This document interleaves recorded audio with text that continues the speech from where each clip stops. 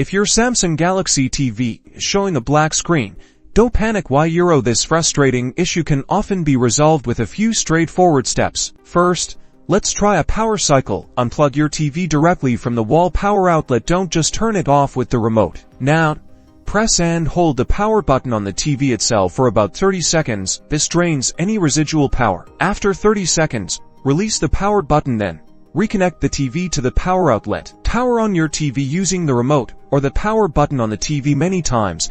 This simple reset can clear temporary glitches causing the black screen. If the black screen persists, it's time to check your connections. Ensure all HDMI cables are securely plugged into both your TV and your connected devices, like a cable box or gaming console. Try unplugging and replugging them. It's also a good idea to test with a different HDMI cable, as a faulty cable can cause display issues. If possible, try connecting your device to a different HDMI port on the TV. Next, let's check your input source. Press the source button on your Samsung remote and cycle through each input to make sure your TV set to the correct source for the device you're trying to watch. If you have sound but no picture, the issue might be with the TV's display backlight. This is a more complex hardware issue, and for this, you'll likely need to contact Samsung support or a qualified TV repair technician. If your TV just finished a software update or you suspect a software glitch, try checking for available updates. Navigate to your TV's settings, then to support,